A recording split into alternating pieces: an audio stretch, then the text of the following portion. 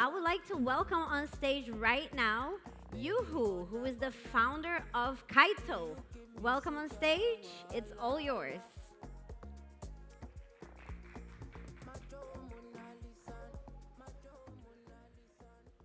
Hello everyone, my name is Yuhu. I'm the founder and CEO of Kaito. For those of you who are not familiar with Kaito, I will give a very short introduction of what Kaito is. So Kaito today has 1 million registered users, and together we've distributed more than $100 million to the users through various different monetization schemes. What's very important about the number is it was actually, so before the scheme was live, it was not kind of a reshuffling of some of the other incentives that was already in the market. It was actually new incentives that we created that were kind of rewarding people in a completely new way. So the three products that we have, the first one is a Kaito Pro product, which is our institutional product. That's the leading data platform that we have. Second product that we have is probably a lot of you guys, if you guys are familiar with Kaito, this is probably the one that you knew Kaito from. So that was kind of our attention bootstrapping formation product, which is called YAPS.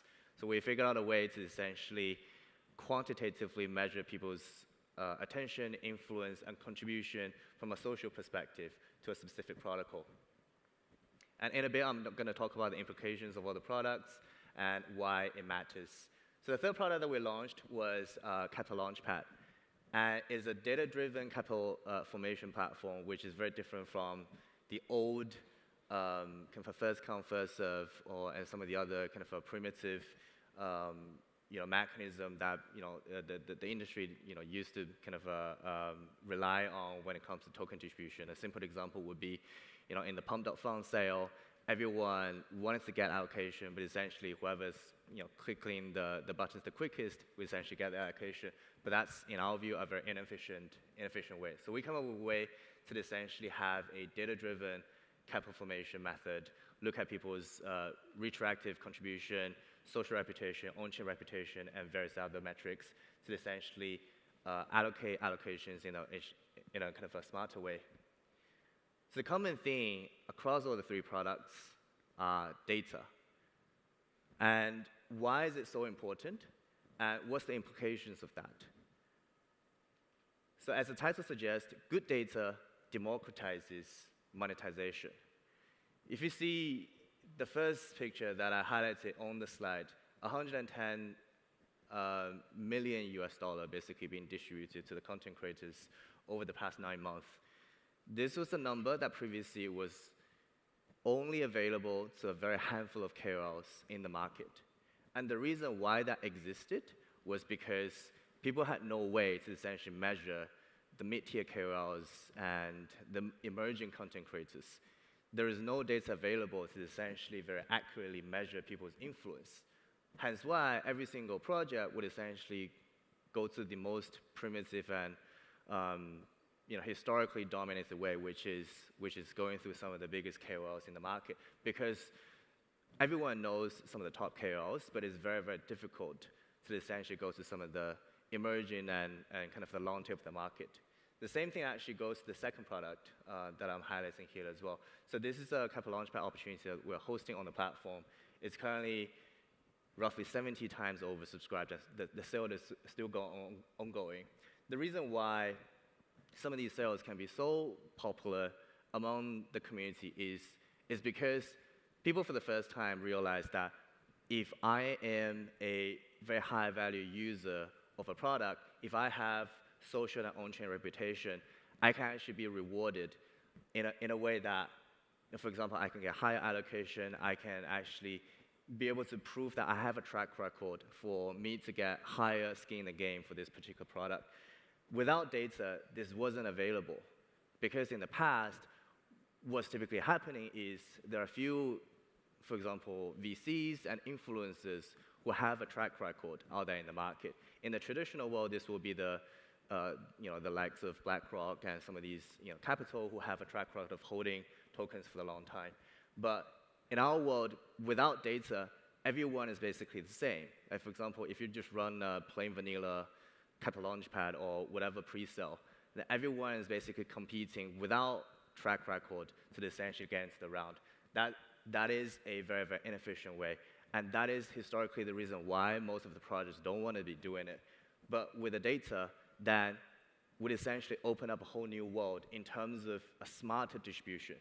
If you're thinking about distributing your tokens in a smarter way, then you can then look at whoever users has historically participated in the growth of the company, whichever users have been participating in a similar companies before and can essentially provide more value for me over a long period of time into the future, then those people would deserve having more skin in the game in my token allocation. So all of these opportunities, what I call kind of a monetization, the first one is basically monetizing your influence and historical kind of a social capital. The bottom one is monetizing your historical reputation and influence, and as well as kind of on-chain contribution. Both of these opportunities exist because we have good data. And that's fundamentally transforming how the whole kind of a user ownership and kind of the user product relationship is going. And that's all being kind of unlocked by what I call here good data.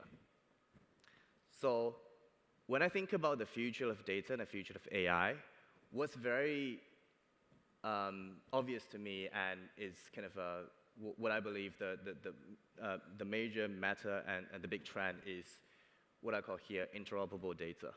The reason why it's so important is because currently all the data is being siloed, right? So you have some of the Twitter data, for example, is on the social side, and everyone's address is basically on the blockchain, and the two are not talking to each other. But as an example shows here, so this is a leaderboard that we launched for Pudgy Penguin, and then you actually have the proof of ownership and proof of PFP on the side. So this clearly lays out whoever who's talking about the product also has skin in the game because they own the NFT, they use it as their PFP. So this, as a simple example, can essentially take a one-dimensional data in a much more comprehensive way. So what's the future of that? You can actually imagine a world where every single kind of a data island essentially start talking to each other.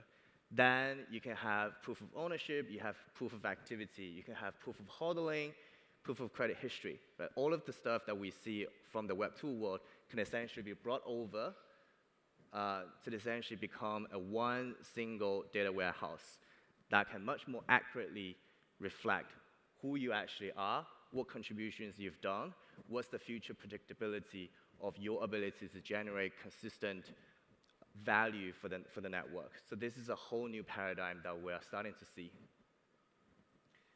And a very important question is, why does this all matter? This matters because if people look at the internet right now, the internet is actually becoming more and more siloed. If you think about back in the day, 10 years ago, when people are searching on Google, you can basically access everything on the internet. Nowadays, if you search on Google, it doesn't have any of the information from Twitter. It doesn't have any information on Instagram and some other places. The amount of searches that people are doing on Google are drastically decreasing. The amount of searches that people are doing on Twitter, for example, are massively increasing. And that is because every single social platform right now is closed-end. And the reason why that exists is data is becoming the most valuable resources for every single social platform. And with AI, that's even more pronounced. After the merger of Grok and Twitter, Twitter is becoming increasingly kind of a closed-end. Whenever it comes to kind of API use, all this kind of stuff, it has to go through very, very heavy scrutiny. The reason why that exists is because one of the edges that, for example, Twitter has is it has proprietary data on its platform. So all the Twitter data, for example, that lives on the platform is not going to be shareable to all the other platforms. The implication of that is every single social platform is going to be operating that way. So Twitter is not going to talk to Instagram, Instagram is not going to talk to YouTube, etc. So all our data are basically being siloed across all the social platforms. And the implication of that is every single platform is now being heavily flooded by bots. The reason why that exists is, at a single platform, is actually very, very difficult to detect. For example, someone just signs up. How do you tell if this account is a real human or if this account is a bot? You only have access to the very, very limited data that this particular account has on your own platform. And that's why it's a very, very tough problem for example, for Twitter to solve, and it's a similar tough problem for every single social media platform to solve. But imagine a world where if we are able to aggregate people's reputation across all the social platforms, if we're able to tap into, if there are more and more data living on the blockchain that are actually interoperable, then we can actually come up with the most robust reputation network across the entire space. Right now, we're already seeing that.